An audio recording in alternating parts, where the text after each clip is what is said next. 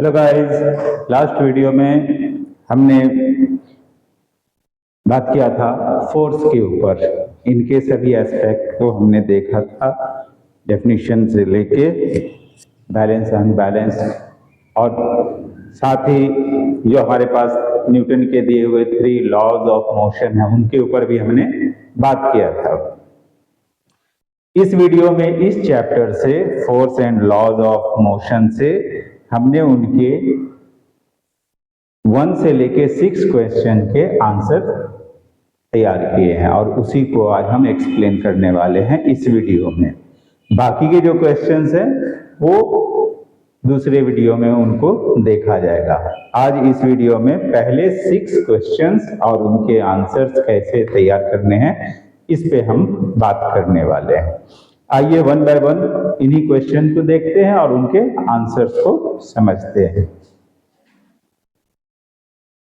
Question number 1, an object experiences a net zero external unbalanced force. Net zero external unbalanced force if it possible for the object to be traveling with a non-zero velocity, is it possible? If yes, state the conditions that must be placed on the magnitude and direction of the velocity. If no, provide a reason. अगर ऐसा होगा तो magnitude और direction इनके बारे में बताना है, और साथ ही अगर नहीं है तो क्या रीजन है हमें वो बताना है। आइए अब इसके आंसर पे गौर करते हैं। A net zero external unbalanced force means that object has balanced force। अगर external unbalanced force है net zero तो इसका मतलब है वो balanced force है, और जो balanced force होगा तो वो जिस पोजीशन में है उसमें ही रहेगा। इन बैलेंस फोर्स होता क्या है? स्टेशनरी ऑब्जेक्ट रिमेन्स स्टेशनरी और moving object remain moving. Then therefore yes it is possible for the object to travel with a non-zero velocity if it is possible only if the object's velocity remains constant. Magnitude of velocity and direction of object do not change. Net zero external unbalanced force means balanced force है, और जब balanced force है तो वो जिस position में है उसी पोजीशन में रहेगा। अगर मोशन में है तो मोशन में ही रहेगा, और अगर रेस्ट पोजीशन में है तो रेस्ट में ही रहेगा। साथ ही उनके वेलोसिटी का डायरेक्शन और मैग्नीट्यूड जो है वो चेंज नहीं होना चाहिए। तो ये है हमारा फर्स्ट क्वेश्चन और उसके आंसर, इन्हें प्रैक्टिस करें आप।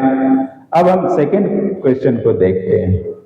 When a carpet is beaten with a stick, dust comes out of it. Explain why. एक कारपेट है, उसे यूं अगर स्टिक से हम बीट करते हैं तो होता यह है डस्ट उसके बाहर आ जाता है, नीचे गिर जाता है। आखिर ऐसा क्यों होता है? तो इसमें काम करता है इनर्शिया। डस्ट पार्टिकल्स उस कारपेट में हैं, रेस्ट पोजीशन में हैं, और वो आगे भी रेस्ट पोजीशन में ही बने रहना चाहते हैं फर्स्ट लॉ ऑफ मोशन के हिसाब से। और स्टिक जैसे ही बीट करते हैं हम कारपेट पे तो कारपेट मोशन में आ जाता है, लेकिन वो डस्ट वो तो रेस्ट पोजीशन में ही है और वो उससे बाहर आ जाता है, और फोर्स ऑफ ग्रेविटी या एयर की वजह से वो नीचे फ्लोर पे पहुंच जाता है। इस आंसर को कुछ इस तरह से हम बोलेंगे। When a carpet is beaten, it comes in motion, but the dust particles remain at rest due to the inertia. Thus, dust falls off due to the force of gravity or winds. आसानी से इसका छोटा सा answer होगा और हम लिख सकते हैं। आप इसे बहुत ही आसानी से याद कर लेंगे। अब हम मूव करते हैं क्वेश्चन नंबर 3 की तरफ। Why is it advised to tie any luggage kept on the roof of a bus with rope? ऐसा क्यों कहा जाता है, सलाह दिया जाता है कि बस के ऊपर अगर कोई लगेज है तो उसे आप रस्सी से बांध दीजिए, या आपने देखा होगा कि बसों के ऊपर रेलिंग टाइप का बना होता है ताकि वो ऑब्जेक्ट को इधर उधर जाने से रोक सके। यहां पर भी इनर्शिया ही वर्क करता है। जब वो बस स्टार्ट होगी तो वो मोशन में आ जाएगी, लेकिन जो लगेज है वो तो रेस्ट में था और रेस्ट में ही रहना चाह रहा है, और इस तरह से वो पीछे की तरफ फॉल होने का रहेगा। और फिर कुछ देर बाद जब बस को रोका जाता है, ब्रेक लगाया जाता है, तो बस तो रुकती है, लेकिन क्योंकि लगेज अपने आप को मोशन में ही बनाए रखना चाहती है, इसलिए वो आगे तरफ गिरने का उसका खतरा बना रहता है। यही वजह है कि रोप से उन्हें टाई करने का एडवाइस दिया जाता है। When a bus starts to move, it acquires a state of motion, but the luggage on the roof of the bus tends to stay at rest due to inertia. Hence, when the bus moves, the luggage tends to remain at rest and hence falls back. Also, when the bus stops, the luggage tends to remain in the state of motion due to its inertia and hence falls forward. Therefore, in order to prevent the luggage from falling, it is advised to tie the luggage with a rope. आसानी से इसका answer बस हमें पता होना चाहिए कि यहाँ पे इनर्शिया काम कर रहा है, और इनर्शिया को हम रेस्ट और मोशन दोनों हिसाब से एक्सप्लेन कर देंगे और आंसर इसका कर देंगे। फोर्थ क्वेश्चन हम पढ़ते हैं। हालांकि इस क्वेश्चन में 4 ऑप्शन दिए हुए हैं, यहाँ जगह की कमी और टाइम वेस्ट ना हो इसलिए मैंने वो ऑप्शन तो नहीं सिलेक्ट किए। आंसर में जो राइट ऑप्शन है उसको मैंने सिर्फ बताया है, बाकी क्वेश्चन देख लीजिए। A batsman hits a ball, batsman hits a ball which then rolls on a level ground, समतल जमीन पे वो लुढ़कने लगती है गेंद। After covering a short distance, कुछ दूर जाने के बाद the ball comes to rest, रुक जाती है वो। The ball shows to stop because, तो बॉल किस वजह से रुकती है, ये हमें 4 इन्होंने ऑप्शन दिए हैं, उनमें से जो करेक्ट ऑप्शन है उसे सेलेक्ट करके उन्हें बताना है, और वो करेक्ट ऑप्शन है सी। C is the correct option. और रीजन क्या है? There is a force on the ball opposing the motion. वो फोर्स क्या होता है? Force of friction. Ball ground पे उसके सरफेस के कांटेक्ट में रोल कर रही है, तो इन दोनों के सरफेस के बीच फोर्स ऑफ फ्रिक्शन एक्ट कर रहा है, और इसकी वजह से वो धीरे धीरे स्टॉप हो जाती है। The ball comes to rest because there is force of friction which act in opposite direction of the motion of ball and hence ball stops। तो इस तरीके से इसका जवाब दे दिया। अभी हमने 4 क्वेश्चन किए हैं, अभी इसके 2 और क्वेश्चन को सॉल्व करके आपके सामने दिखाने वाला हूं, उम्मीद करता हूं। आइए अब हम बढ़ते हैं क्वेश्चन नंबर 5 की तरफ और देखते हैं यहाँ क्या सवाल किया जा रहा है, क्या क्वेश्चन किया जा रहा है, और फिर उसके आंसर को कैसे करना है उसे देखते समझते हैं। 5th question, a truck starts from rest and rolls down a hill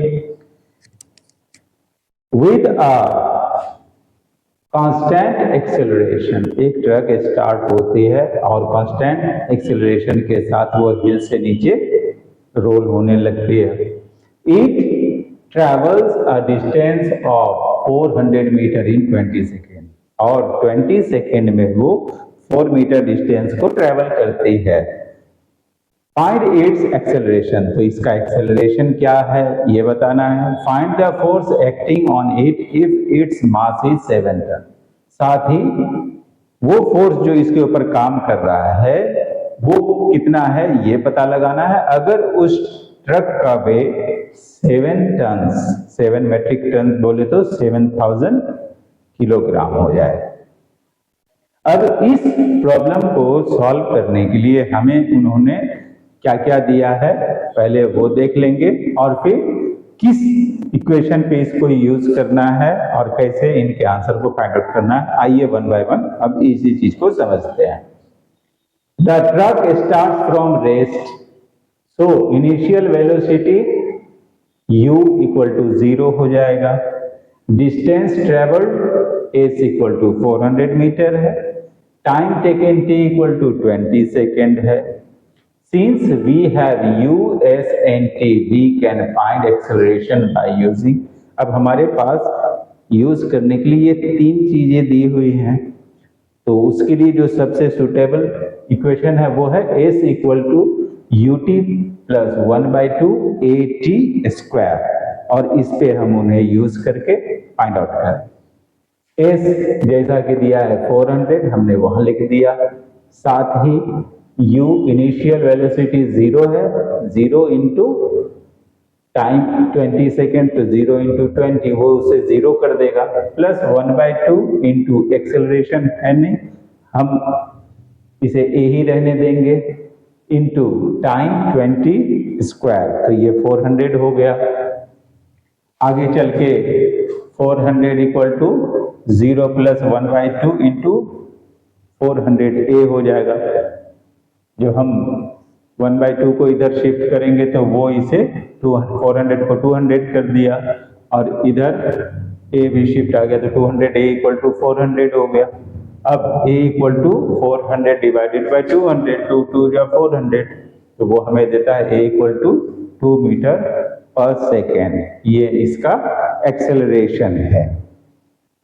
अब हम जानते हैं कि फोर्स क्या होता है, मास इंटू एक्सेलरेशन वो फोर्स होता है, तो we know that force equal to mass into acceleration. Given mass 7 metric tons equal to 7000 kg, तो फोर्स जो जनरेट होगा वो क्या होगा 7000 इंटू 2 मीटर पर सेकेंड, तो ये देगा हमें 14000 न्यूटन फोर्स वो जनरेट करेगा। तो इस तरीके से हमने क्वेश्चन नंबर 5 के सॉल्यूशन को भी देख लिया, समझ लिया है।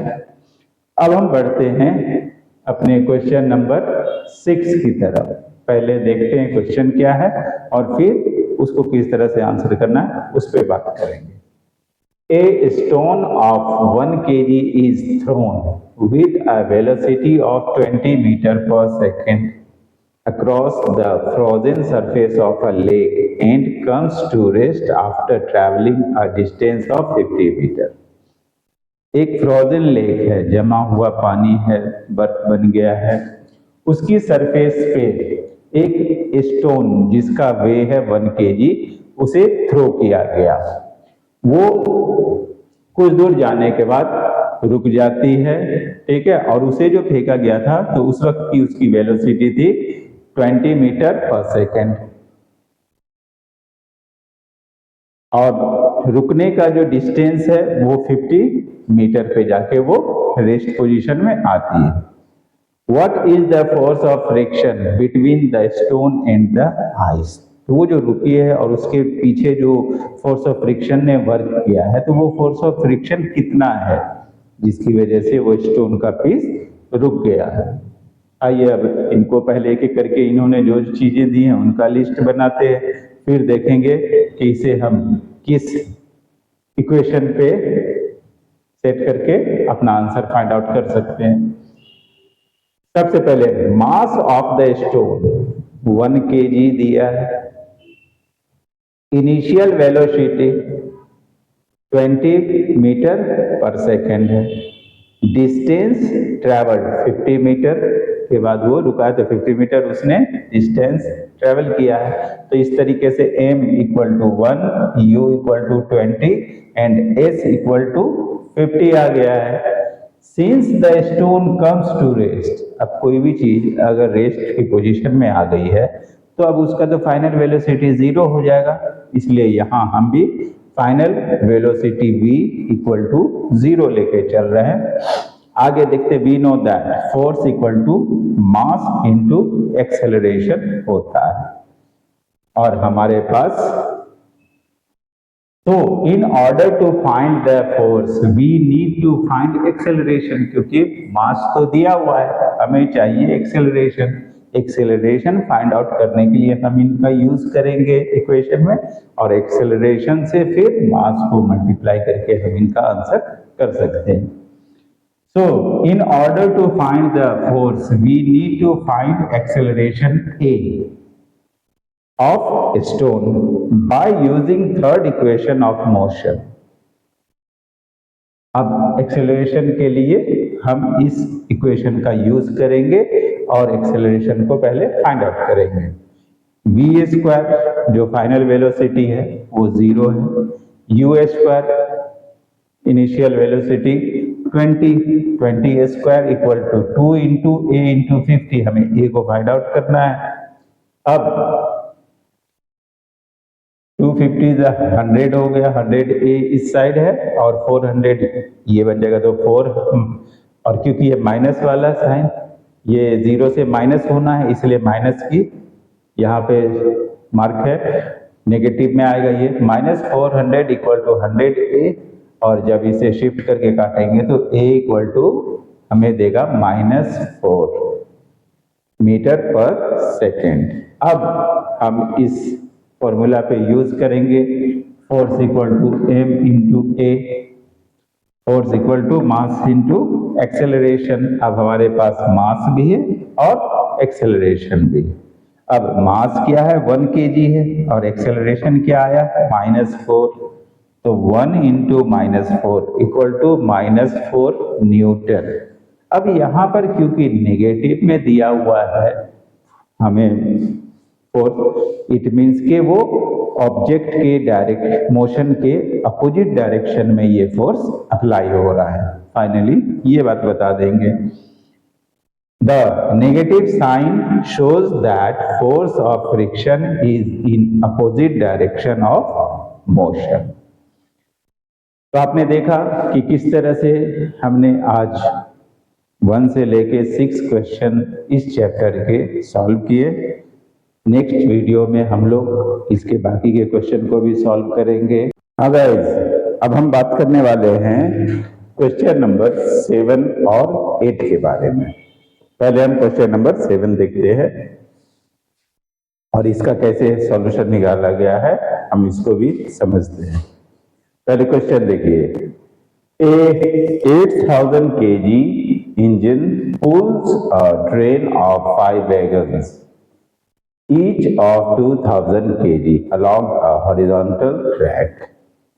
एक इंजन है जिसका खुद का मास 8000 kg है और वो खींच रहा है 5 वैगन्स को, और हर वैगन का जो मास है वो है 2000 kg। If the engine exerts a force of 40,000 Newton, अगर इंजन 40,000 न्यूटन का फोर्स एक्सर्ट कर रही है, and track offers a friction of force 5000 Newton, और ट्रैक जो फ्रिक्शन ऑफ फोर्स अप्लाई कर रही है वो है 5000 न्यूटन, तो हमें कैलकुलेट करना है दो चीज। पहला द नेट एक्सेलरेटिंग फोर्स, दूसरा the acceleration of the train. इनको ए और बी करके इन्होंने दो सवाल किए हैं, इनको देखते हुए हमें इन दोनों सवाल के जवाब देने हैं। पहला द नेट एक्सेलरेटिंग फोर्स, तो इसके आंसर में सबसे पहले तो जो जो चीज इन्होंने हमें हेल्प के लिए दिया है हम उनको पहले नोट कर लेंगे। मास of engine 8000 kg, mass of 1 wagon 2000 kg, और ऐसे ही 5 वैगन को वो पुल कर रही है इंजन, तो 5 वैगन के क्या हुआ 2005 का 10,000 kg टोटल मास हो गया वैगन्स के। Force exerted by engine 40,000 Newton और ट्रैक जो फ्रिक्शन ऑफ फोर्स एक्सर्ट कर रही है वो कितना कर रही है 5,000 न्यूटन। अब number A, net accelerating force equal to force of engine minus force of friction कर देंगे। फोर्स ऑफ इंजन है 40,000 न्यूटन और फोर्स ऑफ फ्रिक्शन है 5,000 newton. 40,000 newton minus 5,000 newton equal to बचेगा 35,000 न्यूटन। ये है हमारा नेट एक्सेलरेटिंग फोर्स। तो एक आंसर आसानी से हमने कैलकुलेट कर लिया। अब बी, जिसमें कहा जा रहा है the acceleration of the train, train का एक्सेलरेशन क्या है हमें वो फाइंड आउट करके बताना है। We know that force equal to mass into acceleration होता है।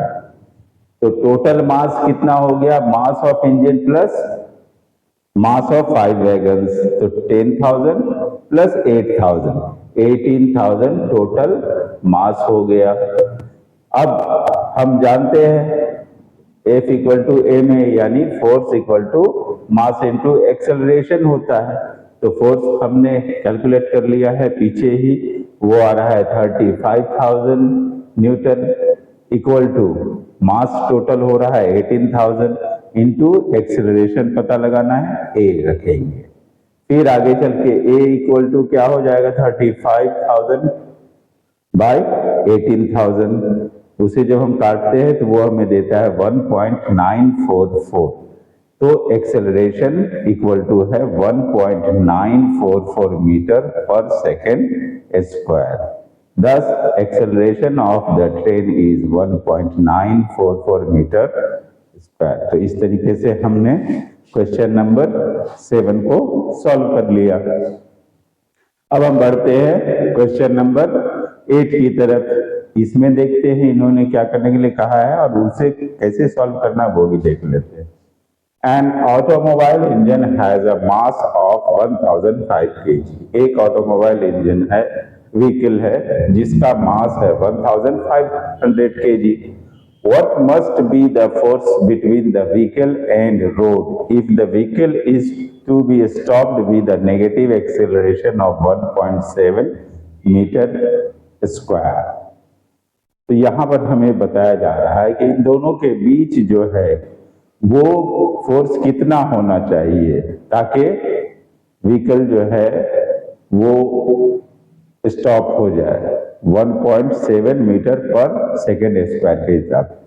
तो हमारा सॉल्यूशन सामने आ रहा है। Mass of vehicle 1500 kg, acceleration apply हो रहा है माइनस 1.7 मीटर सेकेंड के हिसाब से।